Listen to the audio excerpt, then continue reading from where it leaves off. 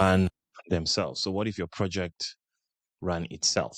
And that is what Project Toolbox is about. Now, Project Toolbox is still very much in beta testing. So if you wanted early access, you could go to projecttoolbox.com.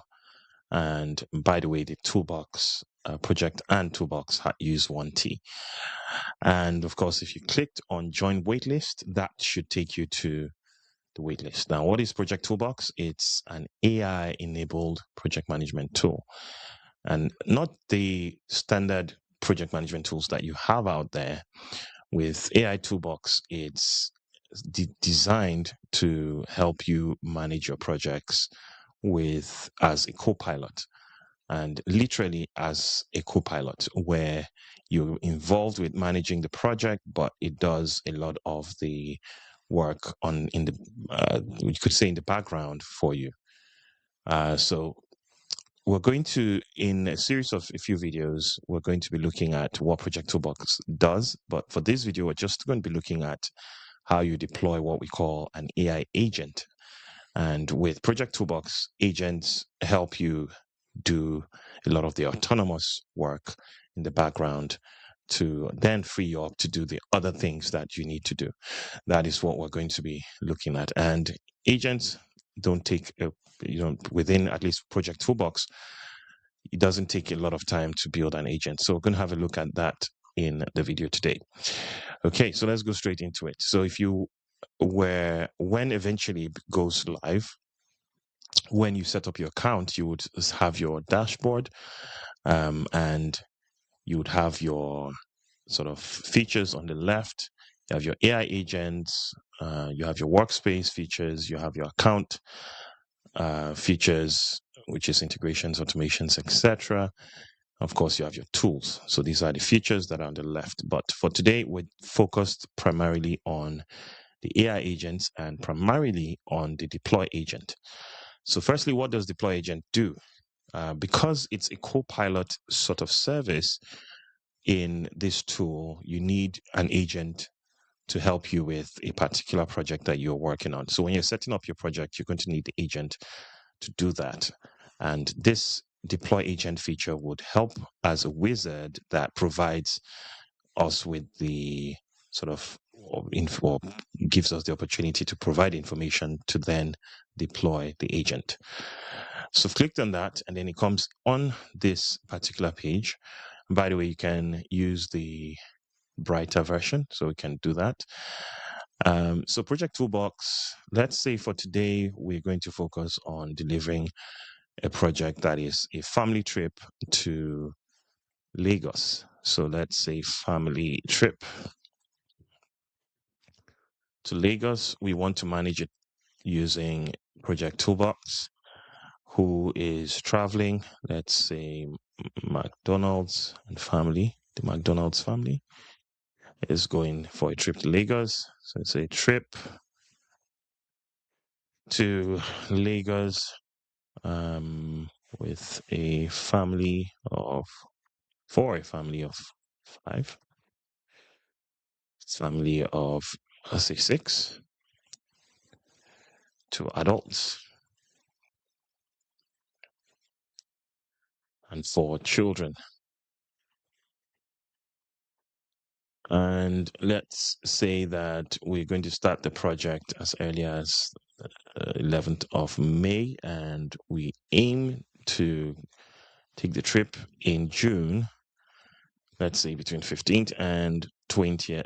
So we're going to say the project will end the 20th. How much do we have for the project? Let's say 10,000.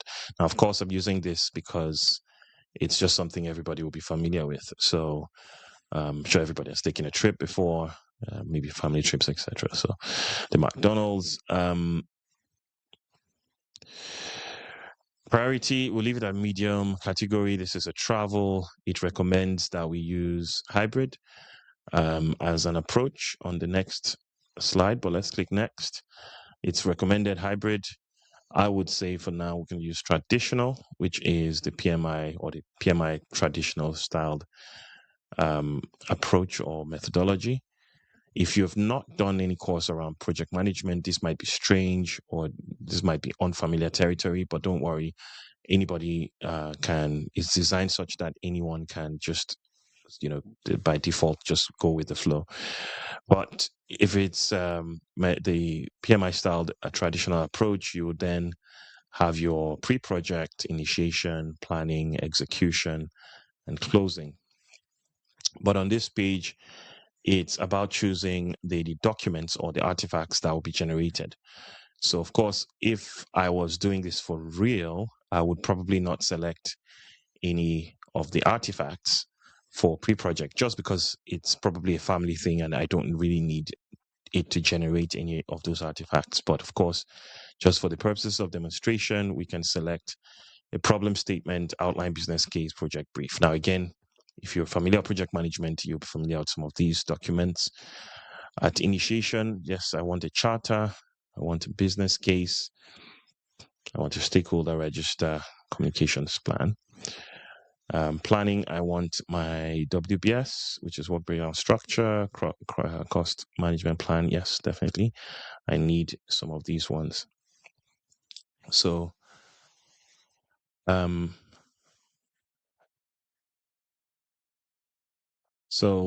we then will go into execution. So in execution, I want risk reviews. I'm just going to select those two. And then, of course, closing. Let's just say for the sake of it, I want an acceptance certificate. And so on here, it's about human in the loop controls. So it's about what level of controls you want.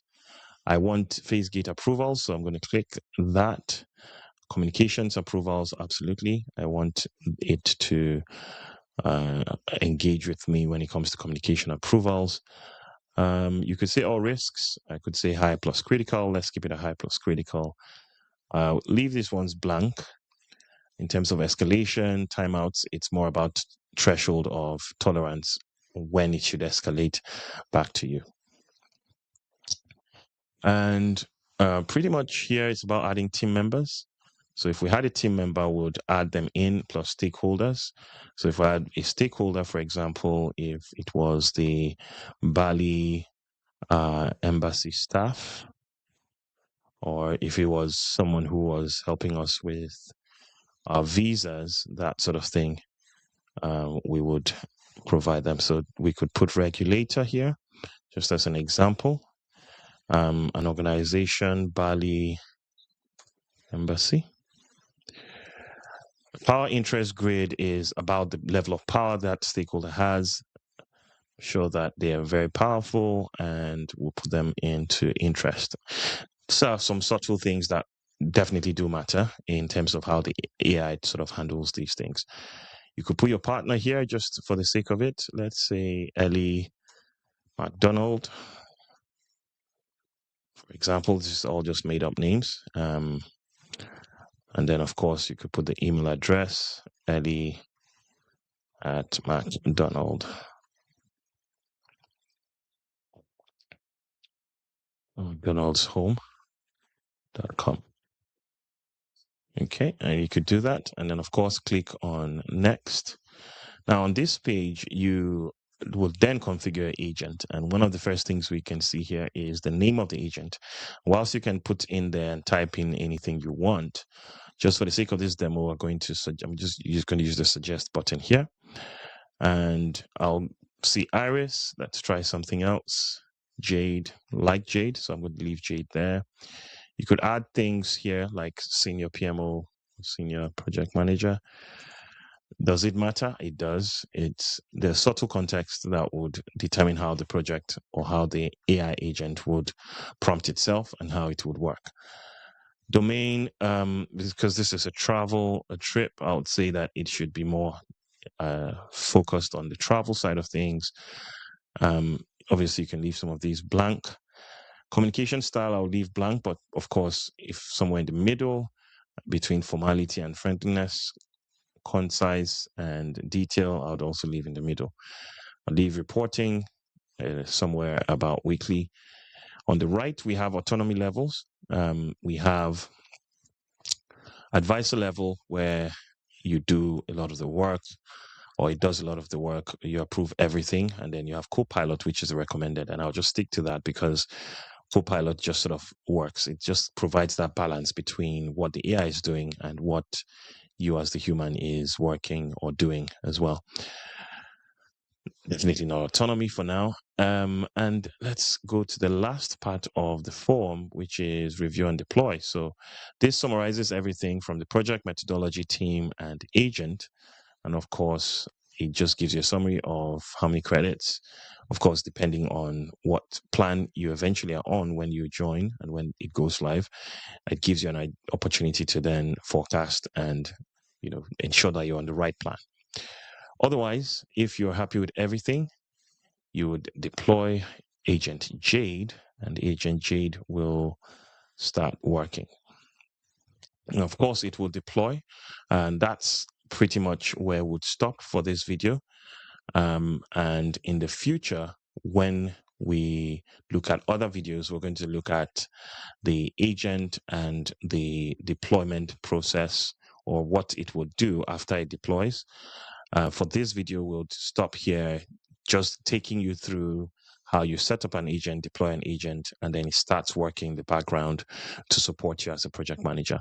Hopefully the video has been useful, but also remember to join the waitlist if you're interested in using this tool or in anything that has to do with AI and project management. Reach out to us and we'll be happy to help.